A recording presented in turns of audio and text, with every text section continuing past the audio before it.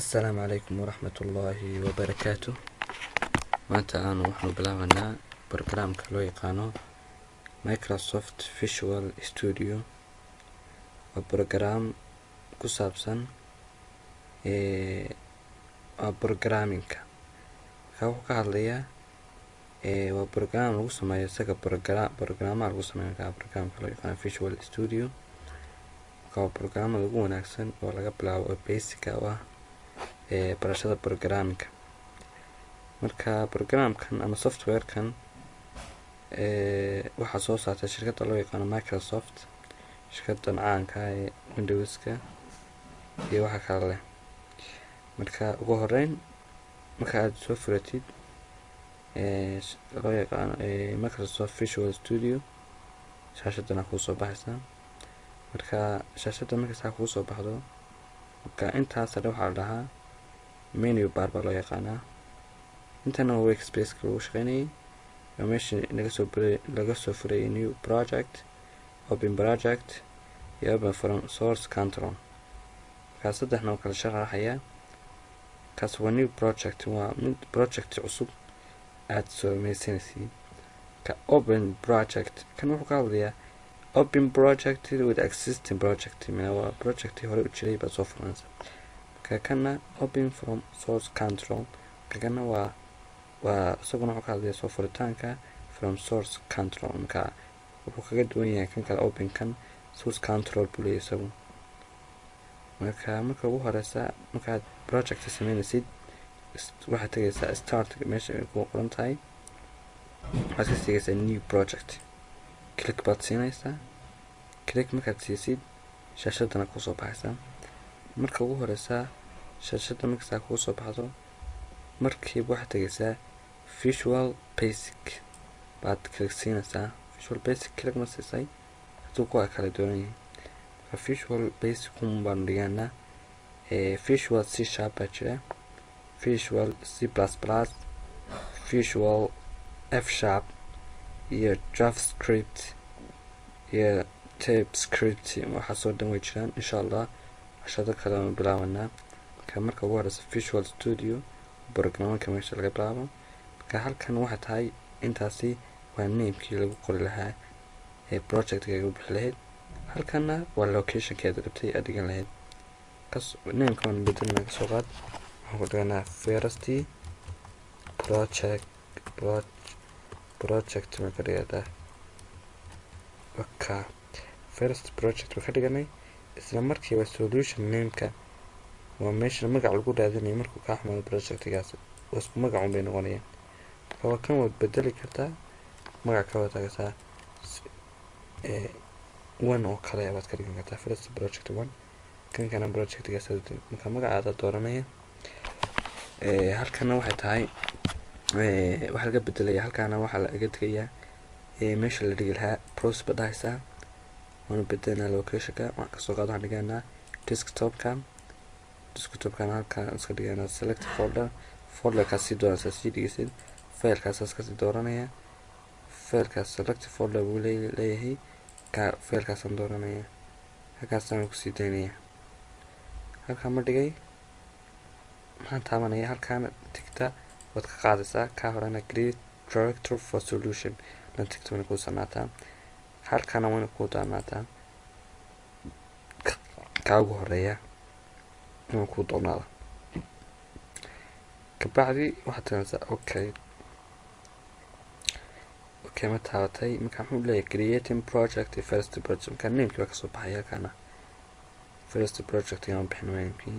creating project-na wulna leeyahay. marka waan iska yara suganaa.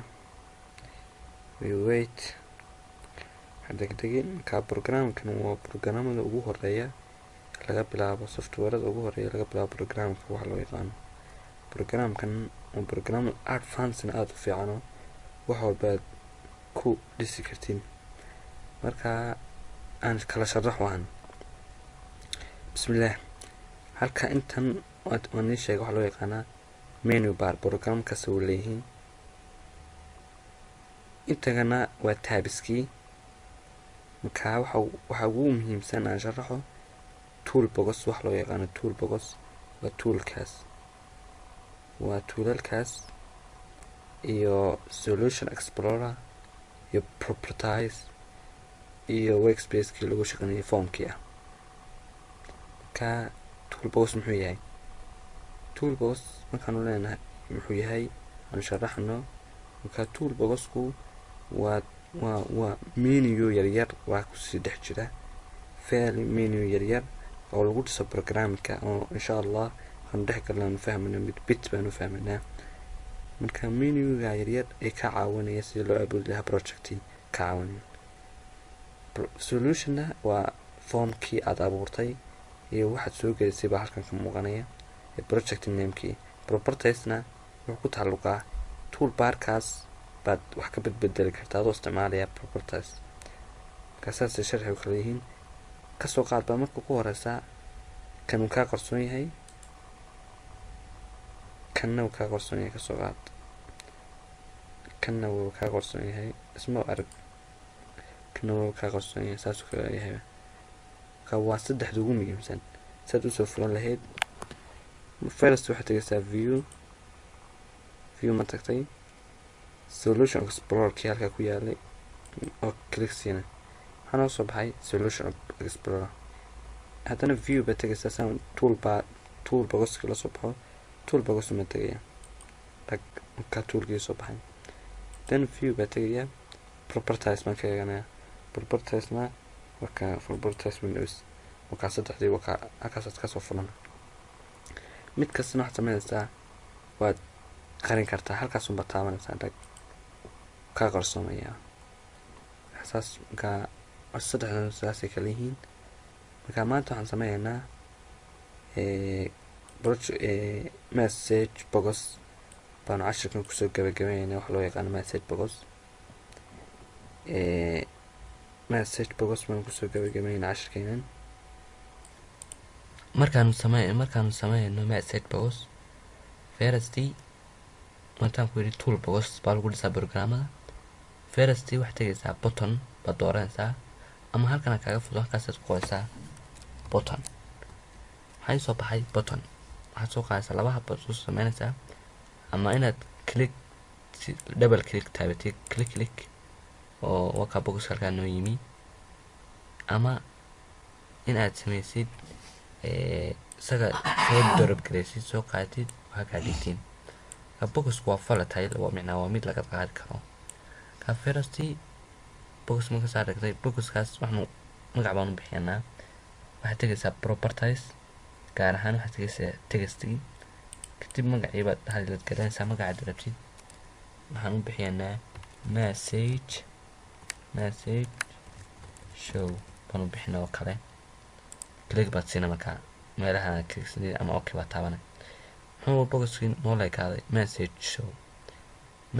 show oo kale saama igu soo baxay message show siba waan weynaysiinaa soo magac noogu yaraa leekaado marka wax kale ma sameynaysid message wax dul tegaysaa boxkii double click waka codekii form code baa noo soo baxay form codeka markuusaa kuu soo baxay waxaad qoraysaa message halkaas message box baad qoray dot show falaada waxaad taabanaysaa shifty iyo 9 baad taabanay shifty 9 ma taabatay iyo shifty mar kala qabanaysaa iyo labada calaamadeed ee columnka double columnka marka waxaad qoranaysaa waxaad rabtay baad qoranaysaa kasoo qaad message wax ku qoraya waa fariintii ugu horeysa waa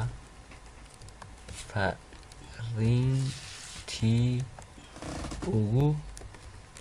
ugu horeysay oo kale baan qoray marka waxaan sameynayaa waan soo kicinayaa marka dhowr qaab baan kusoo kicin karaa inaad tago start aan click siiyo marka programka soo kacayo ama inaan iska taabto F5 baad iska taaban kartaa aan F5 iska taabto marka programka saas uu nagu soo kacay marka ugu horeysa haddaan click siiyo waxa ii soo baxaya waa fariintii ugu horeysay bay soo baxaysaa wana khasab ii soo baxay haddii kale programka waxaa ka khaldan click baad siinaysaa halkaa waxay soo baxay waa fariintii ugu horeysay. Marka saasaa loo sameeyaa message boxka, saasaa loo sameeyaa. casharkeeni kowaad halkaasaan kusoo gabagabeynaa. Wassalaamu calaykum waraxmatullaahi wabarakaatu.